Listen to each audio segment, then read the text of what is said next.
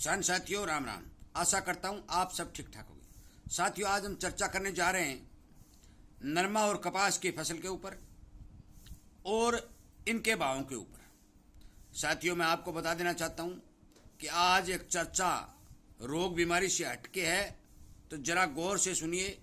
और एक बात मैं आपको विशेष तौर पर बता देना चाहता हूँ कि हो सकता है कि अगले साल मेरे को ये बात याद रहे या न रहे और आप किसी तरह के झांसे में आकर अपना नुकसान कर लें। उससे पहले आपको ये बात ध्यान रखनी है कि आपको अगले साल तक ये वीडियो याद रखना है। और याद क्यों रखना है ये बात मैं आपको बताने जा रहा हूँ। और भाव जो मौके पर चल रहे हैं और इसके रुई और बंदोड़े के कितने पैसे बन रहे हैं वो भी मैं आपको ठीक ढंग से समझाने की कोशिश करूंगा कि इसके अंदर भाव क्या है और किसान को भाव क्या मिल रहे हैं। साथियों इसी तरह की जानकारी जो मैं इस चैनल के ऊपर किसानों को सचेत और सावधान करने के लिए पहुंचा रहा हूं, यदि आप इसी तरह इस चैनल के साथ जुड़ करके इस पर दी जाने वाली जानकारियों का फायदा उठाना चाहते हैं तो आप इसके साथ जुड़ करके इसके सामने वाली घंटी का बटन दबाएं, परंतु शेयर साथियों जरूर करें ताकि सभी किसानों को इस बारे पता चले और वो नुकसान में न आ जाए। साथियों मैं आपको बता देना चाहता हूं कि पिछले दिनों अपने ही प्रधानमंत्री श्रीमान मोदी जी ने 109 वैरायटियां का जो ज्यादा पैदावार देने वाली है उनका चयन करके उनको लॉन्च किया था जो किसानों के लिए थी। और उनमें से 5 वैरायटियां कपास की हैं और मैं 5 वैरायटियों के आपको नाम बताना चाहता हूं। आप गौर से सुने। HBT 65, HBT 40, H58 जो सालिनी नाम से आती है, गुजरात में बोई जाती है, भूरे रंग की कपास है, NC 64 और PVKV 52। ये 5 वैरायटियां अभी ICAR गुजरात ने लॉन्च की। साथियों मैं आपको ये स्पष्ट और साफ तौर पर बता देना चाहता हूं कि इन 5 वैरायटियों को लगाने के लिए हरियाणा और राजस्थान पंजाब के अंदर कोई रिकमेंडेशन नहीं दी गई है। ये सभी तेलंगाना, आंध्र प्रदेश, गुजरात, महाराष्ट्र और मध्य प्रदेश में लगाने की सिफारिश संस्थान द्वारा की गई है। हो सकता है कि अगली साल इन वैरायटियों का बीज लेकर आपके घर लोग आए और ये कहें कि ये लगा लो, ये लगा लो, ये लगा लो, परंतु आपको इस बारे सावधान रहना है कि यदि आपने यही वैरायटियां लगाई या इनमें 5 में से कोई भी वैरायटियों का चयन किया तो कोई जरूरी नहीं है कि हरियाणा, राजस्थान और पंजाब में ये पैदावार दे दें, क्योंकि संस्थान जो गुजरात नागपुर का है उस नागपुर के संस्थान के वैज्ञानिकों ने यह बात साफ कर दी है कि हरियाणा, पंजाब और राजस्थान के लिए नहीं लॉन्च की गई है। इसलिए आपको इस बात का ध्यान रखना है कि 1 साल बाद जब भी आप कपास बोएं तो इन नामों से जो भी बीज बेचने वाली कंपनी आपके पास आए तो आप मेरे हिसाब से, जो वैज्ञानिकों का हिसाब है, जो लॉन्च करने वाले साइंटिस्टों का हिसाब है, उसके हिसाब से इन वैरायटियों का चयन न करें, क्योंकि मौसम का सिस्टम जो है हर राज्य के अंदर अलग अलग होता है। गुजरात का, महाराष्ट्र का और मध्य प्रदेश का मौसम हमारे यहाँ मेल नहीं खाता है और पता नहीं ये वैरायटियां कैसी साबित होंगी, पैदा देंगी या नहीं देंगी, रोग बीमारी आएंगी या नहीं आएंगी। इसलिए इस बात का विशेष तौर पर ध्यान रखना है कि इन वैरायटियों का चयन हमें नहीं करना है। यदि कोई किसान करना चाहता है तो हमारे ICAR सिरसा के वैज्ञानिकों से सलाह मशवरा करके ही इन वैरायटियों का चयन करें। इसलिए मैं वैरायटियों के नाम दोबारा बता रहा हूं, गौर से सुन लें या लिख लें ताकि आपको समय रहते याद आ सके। BT 65, HBT 65, HBT 40, PVKV 52, H58 Salini जो भूरे रंग की है और HNC 64। ये 5 वैरायटियां जो पैदावार देने में समक्ष हैं वो उन्हीं राज्यों में हैं, उन्हीं राज्यों के लिए ये लॉन्च की गई है। अब साथियों हम बात कर रहे हैं भाव की। अब सभी को पता है कि हमारे बाजार के अंदर सिर्फ और सिर्फ हमें 7,000 रुपये क्विंटल का भाव मिल रहा है। 7,000 रुपये क्विंटल का भाव किसान को बाजार के अंदर मिल रहा है। और बाजार के अंदर रुई और बंडोले का भाव क्या है ये आप समझने की कोशिश करें। थोड़ा दिमाग पर जोर देंगे तो समझ पा जाएंगे। साथियों 57-58 हजार रुपये 340 किलो रुई के मिल रहे हैं, जो एक कैंडी के मिल रहे हैं, और 45 रुपए के लगभग बंदोड़ा मिल रहा है। इसके हिसाब से यदि आप सही अनुकरण करेंगे तो आपकी रुई का जो 170 72 75 रुपए का भाव प्रति किलो का रुई बिक रही है, जो 175 70 रुपए तो रुई बिक रही है।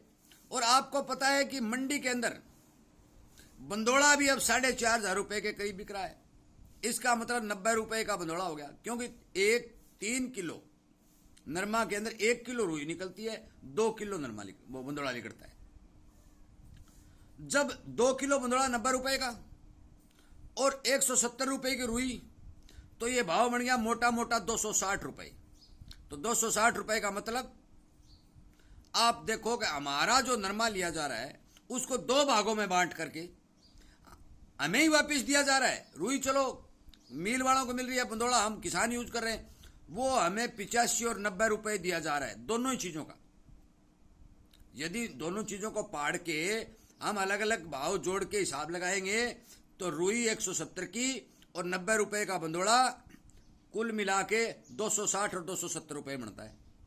और यदि 270 रुपए बनता है तो नरमा तो हमने 3 ही किलो लिया था, 3 ही किलो का हिसाब हम जोड़ रहे हैं, तो 90 रुपए किलो हो गया। इसका मतलब 9,000 रुपए कुंटल। लिया कितना जा रहा है? 7,000 रुपए कुंटल। 2,000 रुपया केवल रुई निकालना और बंदोड़ा निकालना, सिर्फ इनको 2 फाड़ करने का गैप है जो 2,000 रुपए का है। अभी आप ये कहेंगे कि ताऊ जी आपने एक वीडियो में कहा था कि तेजी आएगी, तेजी नहीं आई। भाई ये बताओ तेजी में कसर क्या है कि रुई 170 रुपए बिक रही है, बंदोड़ा 45 रुपए किलो बिक रहा है। दोनों सामानों को जोड़ें तो 3 किलो नरमा के अंदर 2 किलो नरमा और 1 किलो रुई निकल रही है। और 3 किलो 1 किलो रुई और 2 किलो वजन का पैसा 270 रुपए बन रहा है, और आपको 3 किलो नरमे का केवल 210 रुपया दिया जा रहा है। आप इस बात पर गौर करें कि बीच का जो सिस्टम है ये कितनी बड़ी कमाई कर रहा है। 3 किलो में 70 रुपए की कमाई, इसका मतलब 20 रुपए किलो के हिसाब से। यदि 20 रुपए 1 किलो नरमा मील में जाने के बाद उसकी रुई और बंदोड़ा अलग करते हैं तो उसका 20 रुपया वसूल करते हैं। आप अंदाजा लगाइए फिर किसान को भाव कौन देगा। और सरकार चुप है, सरकार कभी ये आंकड़े नहीं निकालती, नहीं कोई ये आपको बात बताने वाली है ना। सरकार के जितने भी ये अफसर बैठे हैं वो अफसर भी इस बात पर ध्यान नहीं दे रहे कि मील वाले कितना खा रहे हैं। साथियों, मैं आपको दोनों ही बातों से सावधान करना चाहता हूं कि जब तक इस सिस्टम को बदला नहीं जाएगा तब तक किसान को भाव नहीं मिलेंगे, क्योंकि यह सिस्टम जो किसान को चौपट करने के लिए बनाया गया है और इसी सिस्टम को लगातार वर्षों से चलाते आ रहे हैं, क्योंकि इनको कोई पूछने वाला नहीं है। साथियों, कॉटन के बारे में मैंने जो बातें आपको बताई उन पर आप विशेष तौर के गौर करें और सावधान और सचेत रहें कि उन वैरायटियों का चयन करना है कि नहीं करना है। भाव के बारे में मैंने बता दिया कि भाव अंतर्राष्ट्रीय सिस्टम से यदि हम चलेंगे तो हमें ये भाव रुई के ये बंदोड़े के उनको जोड़ के देखते हैं तो हमें इतना पैसा मिलता है, हमें मिल कितना रहा है ये इतना पैसा है। साथियों, यही हाल ग्वार का एनसीडेक्स पर मैं कल परसों 2-4 दिन में जब वीडियो बनाऊंगा उस टाइम आपको बताऊंगा कि ग्वार का क्या सिस्टम चल रहा है, क्योंकि मैं ग्वार की रिसर्च के ऊपर ग्वार के विशेषज्ञों से लगातार राय ले रहा हूं कि ये घपला हो कहां रहा है। इस घपले का भांडा फोड़ने के लिए, इसको किसानों तक पहुंचाने के लिए मैं, चाहे मुझे 10 दिन लगे, चाहे 5 दिन लगे, चाहे 7 दिन लगे, मैं इसकी जड़ तक जाकर के जो सच्चाई है वो किसानों के सामने लाने की कोशिश करूंगा। साथियों, मेरा वीडियो बनाने का एक ही उद्देश्य था कि आप इस भ्रम में न रहे कि नरमा में तेजी नहीं है। नरमा में लगातार तेजी है, क्योंकि 3 किलो नरमा के 270 रुपए जो वसूल हमसे किए जा रहे हैं, परंतु हमें 3 किलो नरमा के केवल 200 रुपये दिए जा रहे हैं। कृपया करके इस बात पर विचार करें, हर सरकारी नुमाइंदे तक और सरकार तक इस वीडियो को पहुंचाने की कोशिश करें, ताकि इन घपलेबाजों के ऊपर कुछ अंकुश लगाया जा सके, इनका हिसाब किताब किया जा सके और इनका ऑडिट करवाया जा सके। साथियों, वीडियो सुनने के लिए, चैनल के साथ जुड़कर सब्सक्राइब करने के लिए और इसी तरह की जानकारी आपको मिलती रहे, आप सावधान सचेत होते रहे। इस बारे यदि आपकी इच्छा है तो आप ज़्यादा से ज़्यादा शेयर करके इस किसानी चैनल के साथ किसानों को जोड़ने की कृपा करें, ताकि संगठन बढ़े, आवाज़ उठे और इन जैसे घपलाखोरों के ऊपर कुछ न कुछ अंकुश लगे। साथियों, वीडियो सुनने के लिए, चैनल को प्यार देने के लिए और शेयर और लाइक करने के लिए आपका बहुत बहुत धन्यवाद। यदि कोई किसान का प्रश्न है तो आप कमेंट के माध्यम से प्रश्न कर सकते हैं। मैं आपके प्रश्न का उत्तर देने की भरपूर कोशिश करूंगा। आपका बहुत बहुत धन्यवाद।